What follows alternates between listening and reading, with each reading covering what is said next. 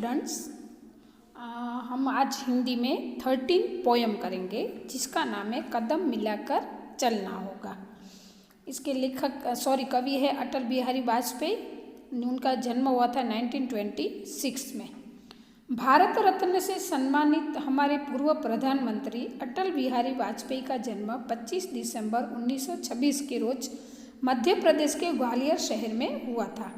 माता का नाम कृष्णा देवी तथा पिता का नाम कृष्ण बिहारी वाजपेयी था।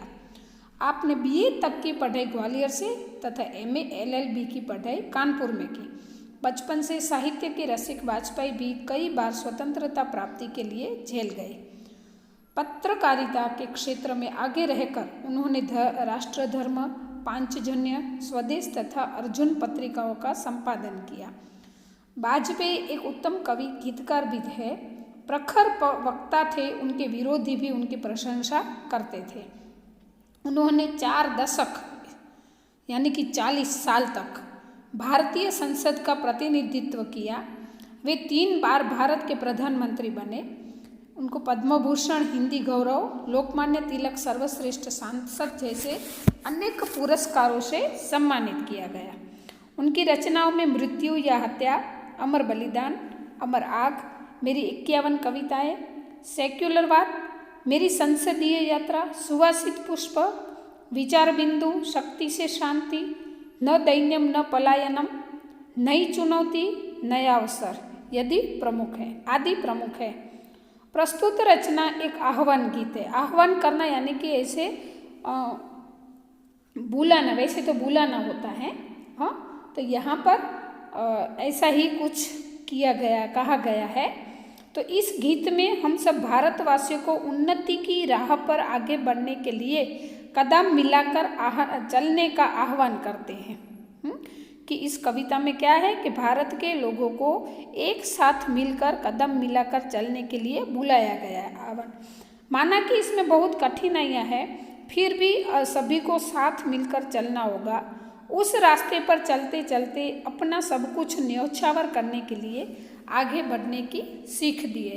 हमेशा हम जब किसी लक्ष्य की ओर हमें जाना है तो उसमें बहुत सारी मुश्किलें आती हैं, बाधाएं आती हैं, लेकिन हमें उससे डर के रुकना नहीं है, हमें और आगे बढ़ना होता है।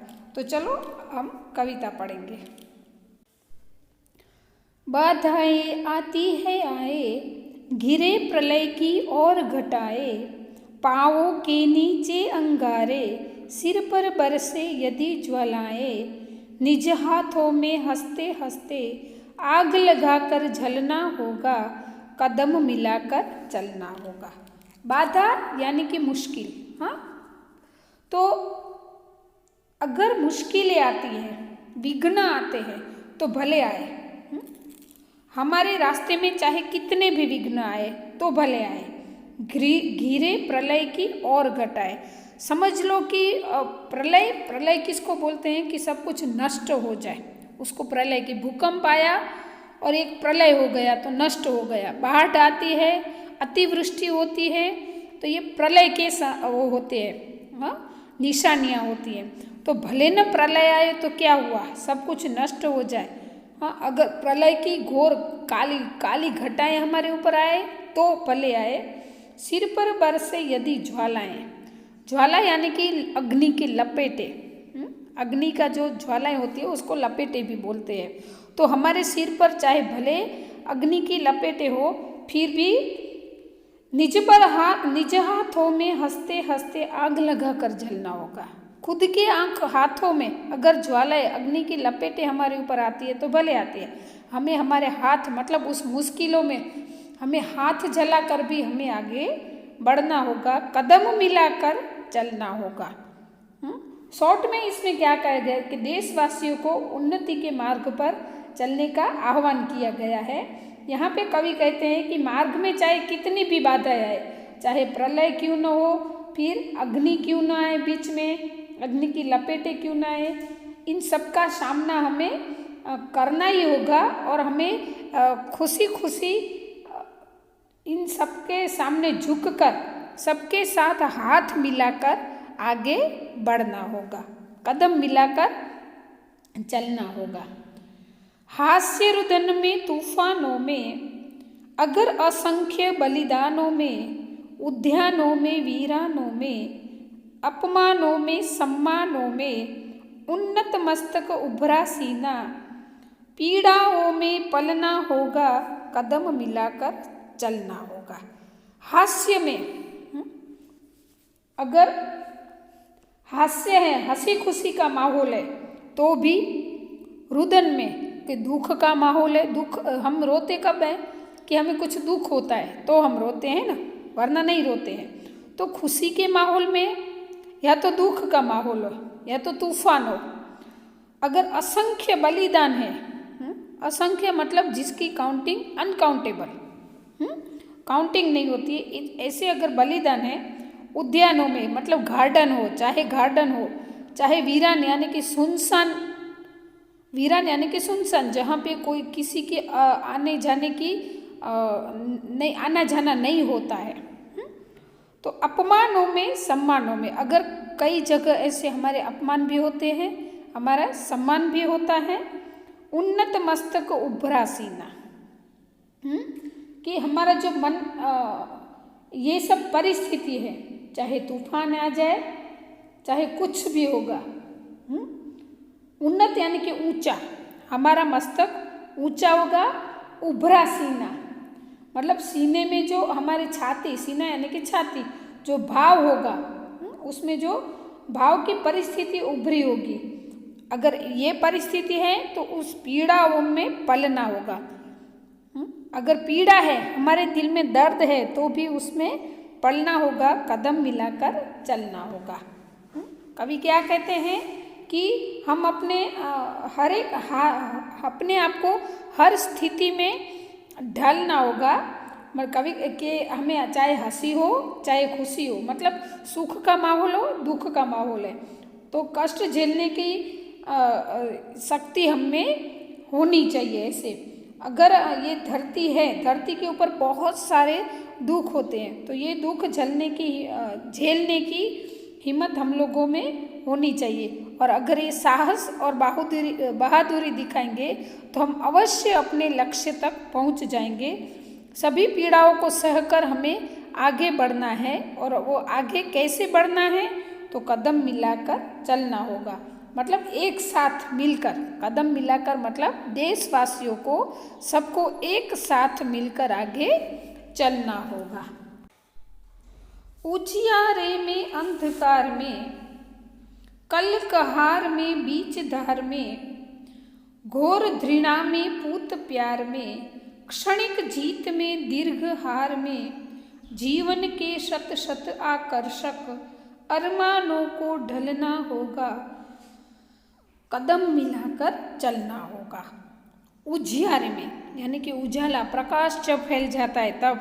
अंधकार में, या तो अंधकार है, हमारे जीवन में खुशी है तो भी, दुख है तो भी, और अगर हमारे जीवन में उजियाला है तो भी, और हमारे जीवन में अंधकार छाया हुआ है तो भी।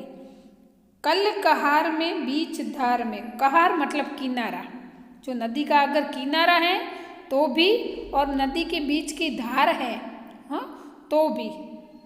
घोर घृणा में पूत, घृणा यानी कि नफरत, घृणा का मतलब होता है नफरत। अगर किसी से हमें नफरत है तो भी, किसी से हमें प्यार है तो भी। क्षणिक जीत में दीर्घ हार में, क्षणिक मतलब कुछ पल के लिए, तो एक क्षण के लिए। तो अगर जीत हमेशा क्षणिक होती है और हार दीर्घ यानी कि लंबे टाइम तक रहती है। अगर जीत की खुशी क्षणिक है तो भी, और हार अगर लंबे टाइम तक हमारे पास है तो भी। जीवन के सत सत आकर्षक अरमानों को ढलना चाहिए। सत सत मतलब 100, 100, सत मतलब 100, कि हमारे ऐसे कैसे अरमान है, कितने अरमान है हमारे दिलों में, 100 अरमाने भरे हुए हैं। तो ऐसे आकर्षक अरमानों को हमें इसी परिस्थिति में ढलना होगा। मतलब हमें उसी परिस्थिति में तैयार होना होगा चलने के लिए, रहने के लिए। कदम मिलाकर चलना होगा, यानी कि हम सबको एक साथ कदम मिलाकर, हाथ से हाथ मिलाकर, एक साथ ऊंच नीच जाति पाति सब, सुख दुख, जो भी परिस्थिति है, सबको छोड़ के, भूल कर हमें सबको एक साथ एक कदम होके मिलकर चलना होगा। सम्मुख फैला अगर ध्येय पथ, प्रगति चिरंतन कैसा इति अथ। सुस्मित हर्षित कैसा श्रमस्लथ, असफल सफल समान मनोरथ। सब कुछ देकर कुछ न मांगते, पावस बनकर ढलना होगा, कदम मिलाकर चलना होगा। क्या कहा गया है? कवि कहते हैं, क्या कहते हैं कि यदि उद्देश्य हमारे सम्मुख मतलब सामने, ध्येय यानी कि उद्देश्य, अगर उद्देश्य हमारे समक्ष है यानी कि सामने है, फिर प्रगति चिरंतन कैसा इत्यर्थ, प्रगति यानी कि आगे बढ़ना, चिरंतन मतलब हमेशा, मतलब हमेशा निरंतर, कंटिन्यू, कैसा इति अथ, इति यानी कि एंड, अथह मतलब शुरुआत।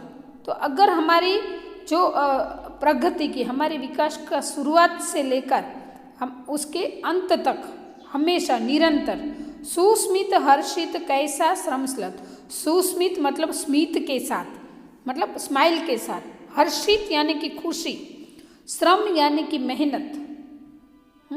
तो अगर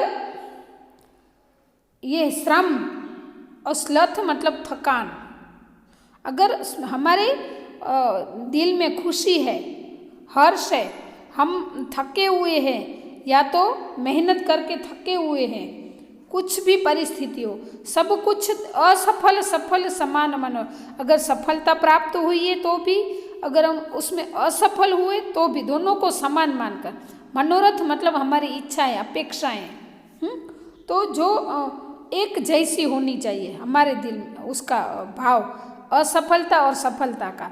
सब कुछ देकर कुछ न मांगते, हमें सब कुछ देना ही है, कुछ मांगना नहीं है। पावस बनकर ढलना होगा, मतलब हमें अपना तन मन जो है वो दूसरों के लिए नीछावर करना है। पावस बनकर ढलना होगा, कदम मिलाकर चलना होगा, मतलब दूसरों के लिए हमें उसके अंदर ढलना होगा, सबको एक साथ कदम मिलाकर चलना होगा। कुछ कांटों से सज्जित जीवन, प्रखर प्यार से वंचित यौवन, नीरवता के मुखरित मधुबन, परहित अर्पित अपना तनमन। जीवन को शत शत आहुति में झलना होगा, कदम घलना होगा, कदम मिलाकर चलना होगा। कि कुछ कांटों से सज्जित जीवन होता है, हमारे जीवन में कांटे मतलब दुख मिलते हैं हमें। प्रखर प्यार से वंचित यौवन, अगर ढेर सारे प्यार से हमारा यौवन का समय है, जो युवानी का जो समय है वो वंचित होना यानी कि उससे दूर होना। ऐसे नीरवता से मुखरित मधुबन, नीरव यानी कि शांति, नीरव शांति को, रव यानी कि आवाज, और जहाँ पे आवाज नहीं होता है उसको नीरव बोलते हैं। तो ऐसा मधुबन, अगर शांति वाला मधुबन है यानी कि गार्डन जैसा मधुबन ऐसा बोलते हैं। तो परहित अर्पित अपना तन मन, परहित मतलब दूसरों के हित के लिए, दूसरों के भलाई के लिए हमें अपना तन मन अर्पण करना है। जीवन को शत शत आहुति में, आहुति यानी कि जब हम यज्ञ करते हैं हमारे घर पे, और आपको पता होगा कि आपके घर पे वो आते हैं ब्राह्मण, फिर स्वाहा स्वाहा करके जो हम आहुति देते हैं, तो हमें ये सब उस यज्ञ के द्रव्य को में डाल देना है। जलना होगा, घलना होगा, मतलब हमें जल कर घलना होगा। मतलब एक थोड़ा मैं गुजराती में समझा दूँ कि अगर हमें कोई स्टेच्यू बनाना है तो उसको पहले जला के घालते हैं, फिर उसको पूरा बीबे में डाल के उसका स्टेच्यू बनाते हैं। तो हम भी एक स्टेच्यू है, हमें भी हमारी सारी मुश्किलों में डालकर और उसमें से जलकर हमें अपने आप को एक अच्छी मूर्ति, एक अच्छा जीवन बनाने के लिए उसके अंदर ढलना होगा और अच्छा आदमी बनना होगा। लेकिन ये कदम मिलाकर चलना होगा, लेकिन हमें सबके साथ कदम मिलाकर चलना होगा। ठीक है, तो ये पोयम यहाँ पे पूरी होती है। आशा रखती हूँ आपको अच्छी लगी होगी। अस्तु।